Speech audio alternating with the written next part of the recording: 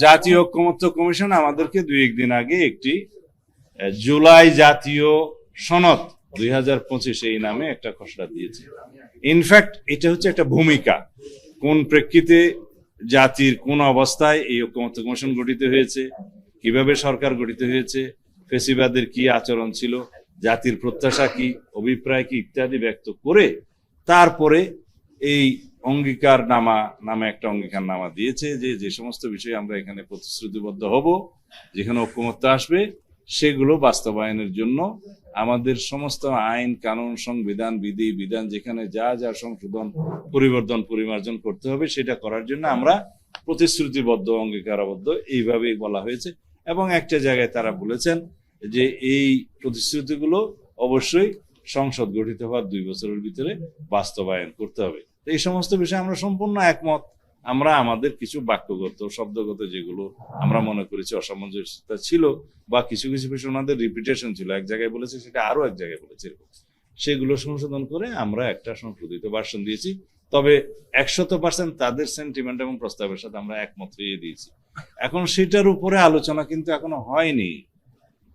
2-1টা দল শতপ্রণোদিত হয়ে এটা আলোচনা হয়তো করতে চেয়েছেন এবং ওনাদের মতামতটা দিয়েছেন। ওনারা বলছেন যে এটা লিগ্যালিটি কি হবে। আমি আপনাদেরকে জিজ্ঞেস করি, একটা ন্যাশনাল কনসেনসাস এখানে হচ্ছে, এতগুলো রাজনৈতিক দল এতদিন পর্যন্ত উন্মুক্ত আলোচনা করছে, হুইচ ইজ ভেরি ট্রান্সপারেন্ট, এবং আমি অনেকটা মনে করি যে ওপেন কোর্ট ট্রায়ালের মতো আপনাদের কাছে রিলে হচ্ছে, সবকিছু ডাইরেক্ট টেলিকাস্ট হচ্ছে বা ব্রডকাস্ট হচ্ছে। তো সেই জায়গায় জাতি দেখছে কারা কি বলছে, কারদের কি পজিশন। এখন সেটার পরে মাননীয় প্রধান উপদেষ্টার সিগনেচার সহ সংস্কার কমিশনের সমস্ত চেয়ারম্যানদের সিগনেচার সহ, মানে ঐকমত্য কমিশনের সব সদস্য তাদের সিগনেচার সহ, জাতীয় নেতৃবৃন্দের সমস্ত দলের প্রতিনিধিদের সিগনেচার সহ একটা সনদ তৈরি হবে।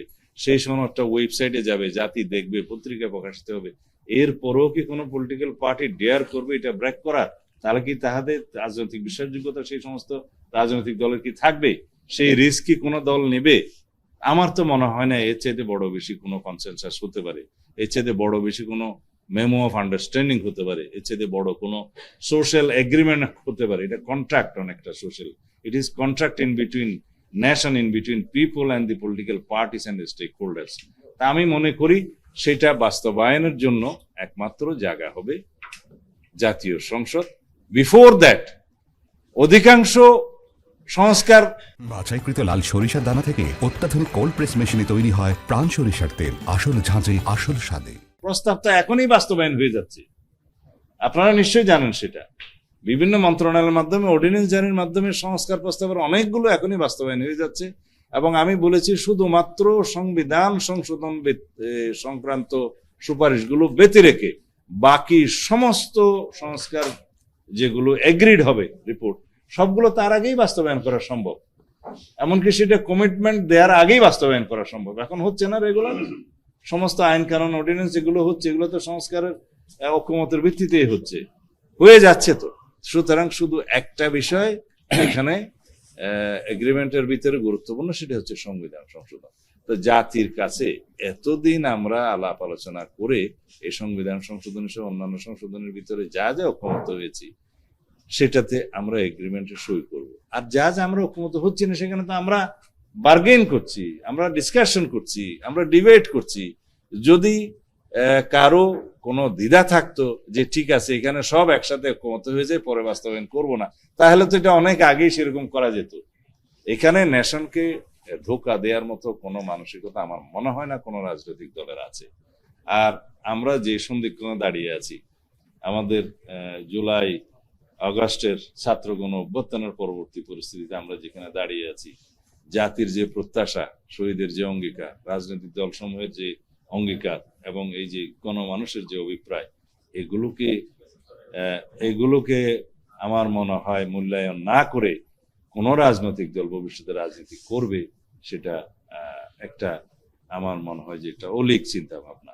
সুতরাং আমরা আমাদের অবস্থানটা পরিষ্কার করেছি, কিভাবে বাস্তবায়ন হবে এটা ঐকমত্য কমিশন যে প্রস্তাব দিয়েছে আমরা তার সাথে একমত। নির্বাচন ব্যবস্থা সংক্রান্ত কয়টা সংস্কার প্রস্তাব নির্বাচন ব্যবস্থা সংস্কার কমিশন করেছিল তার সংখ্যা হচ্ছে 243টা। এখানে আমরা সরাসরি 141টার সাথে একমত। আমি কি সেটা বলি নাই মাঝখানে? না 141 সাথে একমত। আর 243 বলেছে, পরেরটা বলে নেব। 243টার মধ্যে 141টার সাথে আমরা সরাসরি একমত, আর 14টাতে আংশিক একমত, 64টা ভিন্ন মত সহ আমরা অন্য সুপারিশ দিয়েছি। 64টা, সরি, না আমরা একমত নই বলেছি শুধু 24টাতে। এই হিসাবে আমি হিসাবটা এখানে করে সারতে পারি নাই, যে যেখানে আমরা একমত হতে পারি নাই তার সংখ্যা কয়টা জানেন? এই যে 800 টোটাল যে রিকমেন্ডেশনস অফ অল সংস্কার কমিশন 826টা, আপনাদের নোট করেছেন নিশ্চয়ই। তার মধ্যে সব সংস্কার কমিশন মিলে মাত্র 51টা প্রস্তাবে আমরা একমত হইনি। এরপরেও কি বিএনপি কে বলবে সংস্কার মানছে না? বাংলাদেশে যাতে আমাদের অতীত অভিজ্ঞতা, তিক্ত অভিজ্ঞতার কারণে আমরা যে বিষয়টার জন্য আজকে এখানে সংস্কারে বসেছি, সারা জাতি উন্মুখ হয়ে বসে আছে, সেটা হচ্ছে বাংলাদেশে যাতে আর কোনো ঋণ স্বৈরাচারের উৎপত্তি না হয়, বাংলাদেশে যাতে আর কোনো ফেসিবাদের উৎপত্তি না হয়। সেটা সাংবিধানিকভাবে হোক, সংসদীয়ভাবে হোক, ব্যক্তি স্বৈরতান্ত্রিক হোক বা একনায়কতান্ত্রিকতা হোক, ব্যক্তিতান্ত্রিক হোক বা সংসদীয় হোক, যে কোনোভাবে সেটার উদ্ভব যাতে না হয়, সেই জন্য আমরা কি করছি সেটা আমাদেরই প্রস্তাব। আমি গত কয়েকদিন আগেও বলেছি, যে কোনো ব্যক্তি প্রধানমন্ত্রীর পদে সর্বোচ্চ 10 বছরের বেশি আসীন থাকতে পারবেন না, সেটা যত মেয়াদেই হোক, যতবারই হোক। সেটা আমাদেরই প্রস্তাব, বিএনপির প্রস্তাব, এবং সেটা এখানে সবাই গ্রহণ করেছে, গৃহীত হয়েছে। আমরাই প্রস্তাব করেছি যে নির্বাচন কমিশনকে একটি কার্যকর, স্বাধীন একটি সংগঠন হিসেবে, সংস্থা হিসেবে, একটা অর্গান হিসেবে গঠিত করতে হবে, এবং সেই ক্ষেত্রে যাতে নির্বাহী বিভাগের কোনো প্রভাব না থাকে সেটা আমাদেরকে নিশ্চিত করতে হবে। তাই আমাদেরই প্রস্তাব ছিল প্রধানমন্ত্রী, বিরোধী দলীয় নেতা এবং ডেপুটি স্পিকার ফ্রম বিরোধী দল, আর স্পিকার, এবং আরেকজন হচ্ছে second largest opposition in the parliament, এই 5 সদস্য বিশিষ্ট সর্বসম্মতিক্রমে নির্বাচন কমিশন সিলেকশন কমিটি হবে। তারা নাম আহ্বান করবে, তাদের অধীনে স্পিকারের অফিস, সেক্রেটারিয়েটের একটা ফাংশন, মানে সেক্রেটারিয়াল ফাংশনটা, সাচিবিক দায়িত্বটা পালন করবে। সেই সাচিবিক দায়িত্ব হিসেবে ওখানে একটা বডি থাকবে যারা সারা দেশ থেকে নাম আহ্বান করবে অথবা তাদের কাছে নাম প্রস্তাব করবে। সেগুলোতে আমরা বিধান রেখেছি সমস্ত রাজনৈতিক দল যারা পার্লামেন্টে আছে বা বাইরেও আছে, যারা ইন্ডিপেন্ডেন্ট এমপি এবং বিভিন্ন শ্রেণী পেশার মানুষও ওখানে নাম প্রস্তাব করতে পারবেন। এবং সেই ক্ষেত্রে একটা শর্ট লিস্টিং হবে, যারা যোগ্যতর হবে তাদের একটা শর্ট লিস্টিং হয়ে সেটা ওই কমিটিকে দেবে 5 জন।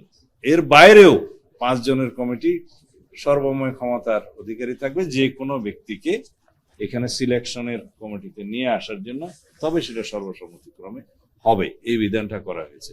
তাইলে এইভাবে যদি নির্বাচন কমিশন গঠিত হয়, তাহলে নির্বাচন কমিশন কখনো মুখাপেক্ষী থাকবে না সরকারের, নির্বাচন কমিশনকে কখনো কারো তাবেদারি করতে হবে না।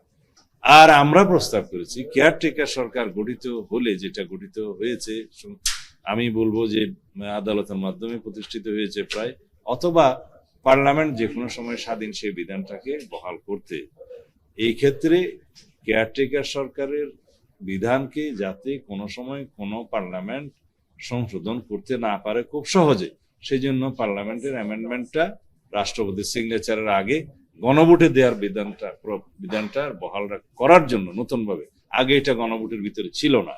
142 আর্টিকেলের মধ্যে যে সমস্ত বিধান গণভোটের জন্য বহাল আছে সেটা ছিল, যেটা শেখ হাসিনা সরকার উড়িয়ে দিয়েছে, সেটা ছিল প্রস্তাবনা সংবিধানের আর্টিকেল 8, 48, 56 এবং 142। এর বাইরে কোনো আর্টিকেল গণভোটের জন্য ছিল না। আমি এখানে প্রস্তাব করেছি 58 ক এবং ক 2 পরিচ্ছেদ যেন ইনক্লুড করা হয় তত্ত্বাবধায়ক সরকার বিধানাবলী, যাতে এটা কোনো সময় পরিবর্তিত করতে চাইলে সেটা যেন জনগণের কাছে যেতে হয় আবার গণভোটের জন্য, সেটা আমরা করেছি। এটা গেল 3। চতুর্থ আমি বলতে পারি যেটা আমরা স্বৈরতন্ত্রের উদ্ভব হওয়ার জন্য যেটা আমরা আরো একটা সংগঠনকে, অর্গানকে পূর্ণাঙ্গ স্বাধীনতা দেওয়ার পক্ষে আছি, সেটা হচ্ছে বিচার বিভাগ। ইনফ্যাক্ট জুডিশিয়ারি যদি প্রকৃতভাবে স্বাধীন হয়, এক্সারসাইজ করে, তাহলে পরে জুডিশিয়ারি হচ্ছে কনস্টিটিউশনের গার্ডিয়ান, ইন্টারপ্রিটার এবং গণতন্ত্রের রক্ষা কবচ। এখানে যে কোনো আইন যদি পার্লামেন্টে জনবিরুদ্ধে হয়, জনগণের বিপক্ষে যে কোনো রকম অ্যামেন্ডমেন্ট যদি কনস্টিটিউশন আসে, সেটা যাবে সরাসরি সুপ্রিম কোর্টের কাছে, যে কেউ রিড করতে পারবে পাবলিক ইন্টারেস্টে, এবং সেইটা ওইখানে সুপ্রিম কোর্ট তার কনস্টিটিউশনালিটা দেখবে, লিগ্যালিটিটা দেখবে, এবং যদি তা পায় যে এটা লিগ্যাল না, কনস্টিটিউশনালিটি নাই, তখন আলটা বায়াস ডিক্লেয়ার করতে পারবে। আর তাছাড়া একটা রক্ষা কবচ হিসেবে সব দেশে independent judiciary is a must, সেটা আমরা এনশিওর করার জন্য বলেছি। On top of all, you people, press, freedom of press, এটা মানে এটা যে সমস্ত দেশে কমপ্লিট মানে ইন্ডিপেন্ডেন্স অথবা ফ্রিডম অফ প্রেস এনশিওর্ড হয়েছে, সেই সমস্ত দেশে গণতন্ত্র সবচেয়ে শক্তিশালী। সেটা তো অলরেডি হয়ে গেছে, মাশাআল্লাহ, আরো হবে। এবং সেই জন্য আমি এটাকে একটা ভাষণে বলেছিলাম যে আমাদের এই প্রেস হবে not the fourth state, it should be first state. বাংলাদেশের জনগণের প্রত্যাশা অনুযায়ী আপনারাও কাজ করবেন, তাহলে পরে দেখা যায় আমাদের এই সমস্ত প্রস্তাবগুলো যেগুলো কার্যকর হলে, যেটাতে আমরা এগ্রিড হয়েছি, তাহলে বাংলাদেশে আর কখনো কোনোভাবেই এখন একতান্ত্রিকতা, স্বৈরতান্ত্রিকতার উদ্ভব হবে না। এখন নারী আসনের ক্ষেত্রে বলি, আমরা বিএনপির পক্ষ থেকে আমরা প্রস্তাব করেছি, আমাদের লিখিত প্রস্তাব এবং জাতির সামনে আমরা প্রতিশ্রুতি দিয়েছি, যদি আমরা ম্যান্ডেট পাই তাহলে পরে আমরা নারীর বিদ্যমান আসন যে সংরক্ষিত আসন 50 আছে, সেখান থেকে আমরা 100-তে উন্নীত করব। তবে নির্বাচনের পদ্ধতি হবে আগের মতো, যেভাবে আসনের অনুপাত হয় সেভাবে। এই বিষয়টা এখানে জাতীয় ঐক্যমত্য প্রতিষ্ঠা হয়নি বললেই চলে। কেউ এই নারী আসনগুলো চায় ভোটের অনুপাতে, কেউ চায় সরাসরি নির্বাচন হোক, কেউ চায় ঘূর্ণায়মান পদ্ধতিতে হোক, কেউ চায় যে ডিলিমিটেটেড করে আসনের মধ্যে সেটা আসন নির্ধারিত করে হোক। কিন্তু আমরা সবকিছু বিবেচনায় এবং হাউসের আলোচনায় আমরা একটা নতুন ডাইরেক্ট ইলেকশনের একটা বিধান এইবার থেকে প্রচলন করতে চাই, যেহেতু আমাদের দেশের নারী সমাজের চাহিদা এরকম আছে। তবে সেটা এক্সপেরিমেন্ট করে গ্রাজুয়ালি যেতে হবে।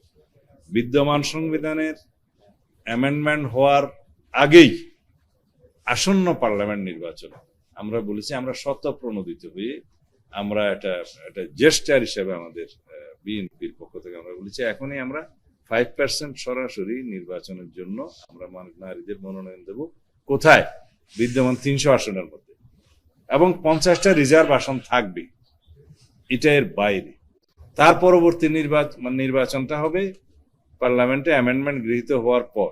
সেখানে আমরা বলেছি যে সেই সংসদ 10% বিধান রাখবে নারীদের জন্য সরাসরি নির্বাচন করার। তাহলে 30টা আসে 300 আসনের মধ্যে, তাহলে ওই 50টা সহ এই 30টা সহ 80টা আসন হয়।